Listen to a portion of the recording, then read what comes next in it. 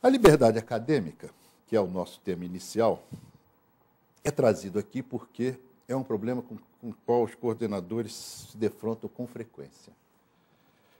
A liberdade acadêmica tem um histórico. A liberdade acadêmica praticamente nasce com a universidade, né? Primeiro, ela foi uma proteção aos professores, aos estudantes das universidades antigas em relação a interferências indevidas sobre a liberdade de pensar, a liberdade de criar, a liberdade de transmitir conhecimento por parte da igreja, em certa época, por parte dos reis, dos soberanos em outras épocas, e às vezes até simultaneamente em outros países. Havia países em que havia mais interferência de um setor ou do outro. Mas a preservação da liberdade acadêmica como sendo intrinsecamente necessária ao processo de ensino de nível superior, ao processo de criação do conhecimento, é um fato essencial. E por isso que a liberdade acadêmica, às vezes, quando ela é bem utilizada, como foi nessas épocas, e como foi em muitos períodos também em regimes autoritários que posteriormente ocorreram no mundo, e do qual as universidades tentaram proteger ao mais possível seus professores e seus alunos, dentro da sua atividade intelectual, dentro da sua atividade de criação, transmissão de conhecimento, né? Às vezes ela é também mal utilizada, ela é interpretada com uma certa malícia, com uma certa liberdade excessiva por parte de professores e alunos, né?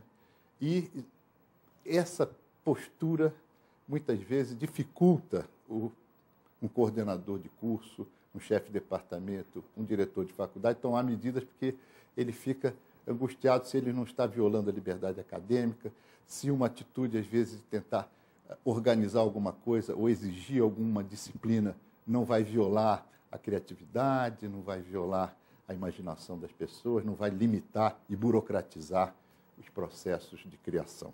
Por outro lado, se na área de pesquisa, por exemplo, na área de extensão, a liberdade acadêmica, essa flexibilidade é muito importante, quando se trata de processos massivos, como, por exemplo, o ensino de graduação, em que há turmas grandes, nós sabemos que a disciplina é importante. Então, aí é preciso manter horário, é preciso entregar nota no momento certo, porque há todo um processo, um fluxo de atividades que precisa ser disciplinado. Então, aí a liberdade acadêmica vai na medida da criação intelectual, da transmissão intelectual, mas não nos seus horários, na sua disciplina, no seu cotidiano. E é isso que nós vamos tentar discutir aqui e mostrar que a liberdade acadêmica é um processo que, inclusive, evolui, como tudo, historicamente.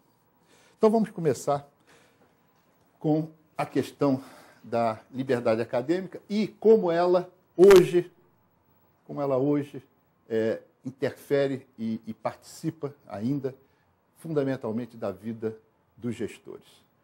Então, por exemplo, ao assumir uma coordenação, chefia de departamento ou uma direção acadêmica, um professor dedicado que se transforma em gestor enfrenta problemas para os quais não encontra resposta em sua vida acadêmica anterior. Isso já foi dito ontem pela professora Maria Beatriz, que na transição da academia de um professor para um gestor, o professor sofre uma forte transição. Então, os hábitos e muitos valores que ele defendia enquanto indivíduo, enquanto professor da academia, quando se transforma em gestor, ele vê que alguns daqueles comportamentos não são mais os mais adequados para o conjunto, porque agora ele, como coordenador, tem que olhar, como gestor, tem que olhar o conjunto da instituição e não mais a atividade intelectual ou atividade individual de um professor.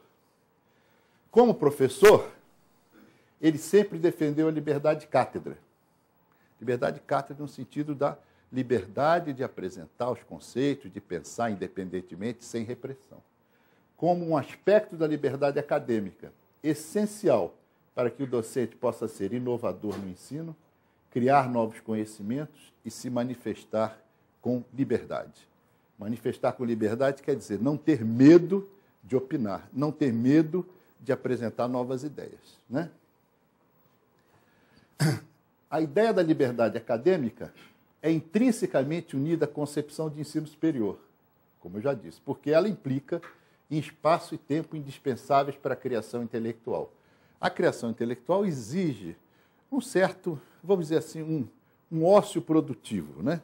A pessoa tem que ter, ela não pode ter horários rígidos. Ninguém começa a pensar num tema novo e depois de meia hora sai para fazer outra coisa, volta dali a 1h30, trabalha mais meia hora. Isso não existe. A criação exige continuidade, existe inclusive um certo lazer. Eu me lembro que uma vez nós estávamos discutindo a criação da mecânica quântica e os congressos que aconteceram na Europa naquela época, e foi comentado que Heisenberg participava das discussões, discutia com Einstein, com Bohr, com todo aquele pessoal que estava discutindo a mecânica quântica na época, que depois ele saía e ia ou fazer alpinismo ou ia jogar ping-pong. E aí uma pessoa disse assim, mas espera um pouco, ele ia com a diária paga pela universidade dele? Aí o professor que estava contando essa história disse, provavelmente. Mas, puxa, ele recebia diária e ia jogar ping-pong como se isso fosse um maior crime de usurpação de recursos públicos. Quando, na verdade, aquilo era o momento de lazer que ele tinha entre discussões de altíssimo nível que davam um profundo esgotamento mental. Então, essa é a visão burocrática que nós não queremos e que, às vezes, infelizmente, se confunde com uma certa disciplina necessária, né? Então, essa é uma visão bastante limitada até da situação da criação intelectual. No entanto, ao tratar com seus colegas docentes e com os estudantes, o novo gestor se vê confrontado com atitudes defendidas como decorrente da liberdade acadêmica, diante das quais ele se sente inibido. Por quê? Porque, ao desconsiderá-las, sente-se violando o princípio sagrado da academia, indo contra toda a tradição universitária e afastando-se dos caminhos da democracia e da liberdade. A hora que ele manda o professor chegar na hora que ele manda o professor tratar bem o aluno, na hora que ele manda o professor seguir a ementa, ele diz assim, mas será que eu não estou violando o princípio sagrado da liberdade acadêmica? Será que eu não estou indo contra tudo que é importante na tradição da vida universitária? Como conciliar as duas visões? Essa é a questão que nós vamos discutir agora.